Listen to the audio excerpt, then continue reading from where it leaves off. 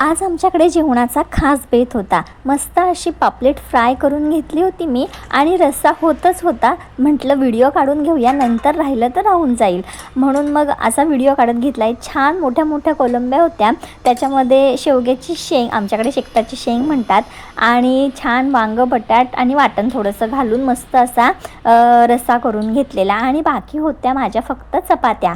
आणि ह्याच्या पुढचं शूट काय मी केलंच नाही, म्हणजे तसं विसरली मी, म्हणजे का कोण येणार असेल तर घाई गडबडीमध्ये असं विसरायला होतं, तसं मी विसरून गेले आणि दुसरं काढणारं उत्सुकतेने असं कोणी नाही आहे, त्याच्यामुळे सगळी जबाबदारी आणि घाई गडबड असल्यावर विसरूनच जायला होतं आणि तसंच माझं झालं। म्हटलं चपात्या बनवते, आणि आमच्याकडे आज आले होते खास पाहुणे, म्हणजे आमचे मामा मामी आले होते।